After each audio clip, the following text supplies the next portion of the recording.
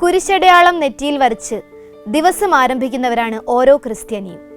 കുരിശാണ് രക്ഷ, കുരിശിലാണ് രക്ഷ എന്ന് പാടുമ്പോൾ ഓരോ ക്രൈസ്തവന്റെയും മനസ്സിൽ അഭിമാനമാണ്. കുരിശിനെ ആയുധമാക്കി തിന്മയെ നേരിടുന്നവരും കുരിശിനു കീഴിൽ എല്ലാം സമർപ്പിച്ച് മുന്നോട്ട് നീങ്ങുന്നവരുമാണ് നാം ഓരോരുത്തരും. കുരിശിനെ അതിയായി ധ്യാനിച്ച് കർത്താവിന്റെ പീഡകളെ സ്വന്തം ജീവിതത്തിൽ നേരിട്ട് ദർശിച്ച അനേകം വിശുദ്ധർ സഭയിലുണ്ട്. എന്നാൽ ക്രൂശിതനായ കർത്താവിനെ നേരിട്ട് ദർശിച്ച ഒരു സമൂഹത്തെ പറ്റി കേട്ടിട്ടുണ്ടോ? ചരിത്രത്തിൽ ആദ്യമായാണ് ഇങ്ങനെ ഒരു പ്രത്യക്ഷീകരണം നടക്കുന്നത്. കത്തോലിക്കർ മാത്രമല്ല, ലോകം മുഴുവനും ഈ സംഭവം വളരെ അത്ഭുതത്തോടെയാണ് നോക്കിക്കാണുന്നത്.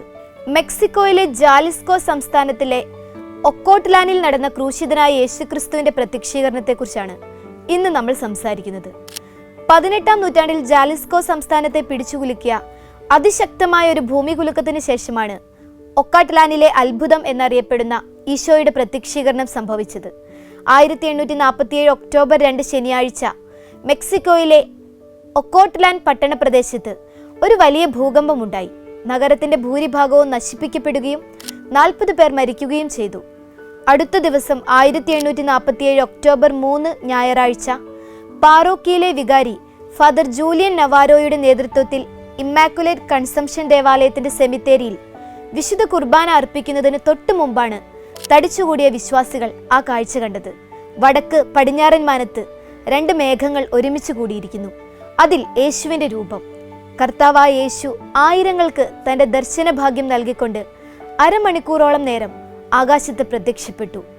തൊട്ടടുത്ത പട്ടണങ്ങളിലുള്ളവരും ഈ അത്ഭുത കാഴ്ചയ്ക്ക് സാക്ഷ്യം വഹിച്ചു.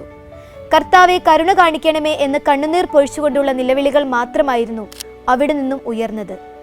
പട്ടണത്തിലെ മേയർ അന്റോണിയോ ജിമെനസ്, ഇടവക വികാരി ഫാദർ ജൂലിയൻ മാർട്ടിൻ ഡെൽ കാമ്പോ അടക്കമുള്ള നേതാക്കളും ആയിരക്കണക്കിന് വിശ്വാസികളും ഈ അത്ഭുതത്തിന് സാക്ഷ്യം വഹിച്ചു.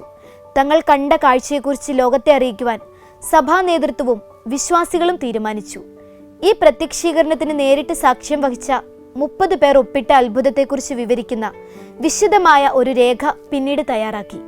ക്രിസ്തുവിന്റെ പ്രത്യക്ഷീകരണ അത്ഭുതം സംഭവിച്ച് അരനൂറ്റാണ്ട് കഴിഞ്ഞപ്പോൾ ഗ്വാഡലാജാര അതിരൂപതയിലെ അന്നത്തെ മെത്രാപ്പോലിത്തയായിരുന്ന പെഡ്രോലോസ പാർദാവേയുടെ നേതൃത്വത്തിൽ മറ്റൊരു രേഖ തയ്യാറാക്കുകയും 5 വൈദികർ ഉൾപ്പെടെ 30 പേർ അതിൽ ഒപ്പിടുകയും ചെയ്തു.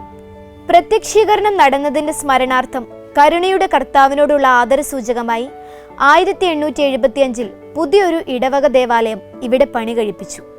1911 സെപ്റ്റംബറിൽ ഗ്വാഡലാജാര അതിരൂപതയുടെ അധ്യക്ഷനായ കർദിനാൾ ജോസ് ഡെ ജീസസ് ഓർട്ടിസ് റോഡ്രിഗസ് ആണ് ഈ അത്ഭുതത്തെ അംഗീകരിച്ചുകൊണ്ടുള്ള ഔദ്യോഗിക രേഖയിൽ ഒപ്പുവെച്ചത്. ഏതാണ്ട് 2000-ഓളം ആളുകളെ സാക്ഷിയാക്കിക്കൊണ്ട് പകൽ വെളിച്ചത്തിൽ സംഭവിച്ച ഈ അത്ഭുതം ഒരു മായാജാലമോ വ്യാജമോ അല്ല, ഇത് നമ്മൾ അംഗീകരിച്ചേ മതിയാവൂ എന്നാണ് അത്ഭുതത്തെക്കുറിച്ച് കർദിനാൾ കുറിച്ചത്. ഒക്ടോബർ 3 കരുണയുടെ കർത്താവിന്റെ തിരുനാളായി അതിരൂപതയിൽ ആഘോഷിക്കുവാനും അദ്ദേഹം ഉത്തരവിട്ടു. അങ്ങനെ 1912 മുതലാണ് കരുണയുടെ കർത്താവിന്റെ തിരുനാൾ അതിരൂപതയിൽ ആഘോഷിക്കുവാൻ തുടങ്ങിയത്. സെപ്റ്റംബർ 20 മുതൽ ഒക്ടോബർ 3 വരെ നീളുന്ന 13 ദിവസത്തെ ആഘോഷമായാണ് ഓരോ വർഷവും ഇവിടെ തിരുനാൾ കൊണ്ടാടുന്നത്. 1997 കരുണയുടെ കർത്താവിന്റെ അത്ഭുതത്തിന്റെ 150ാമത് വാർഷികത്തോടനുബന്ധിച്ച് വിശുദ്ധ ജോൺ പോൾ 2 മാർപ്പാപ്പ ഒക്കോട്ട്ലാനിലെ ജനങ്ങൾക്ക് തന്റെ അപ്പോസ്തോലിക ആശീർവാദവും ആശംസാ കത്തും അയച്ചിരുന്നു. വിശുദ്ധ കുരിശ് കാണുമ്പോൾ കർത്താവിന്റെ ഈ പ്രത്യക്ഷീകരണം നമ്മുടെ ഓർമ്മയിൽ ഉണ്ടാകട്ടെ. കർത്താവെ, കരുണ കാണിക്കണമേ എന്ന് ഒക്കാട്ട്ലോനിലെ ജനങ്ങൾ പ്രാർത്ഥിച്ചതുപോലെ കർത്താവിന്റെ കരുണയ്ക്ക് വേണ്ടി ദിനവും നമുക്കും പ്രാർത്ഥിക്കാം.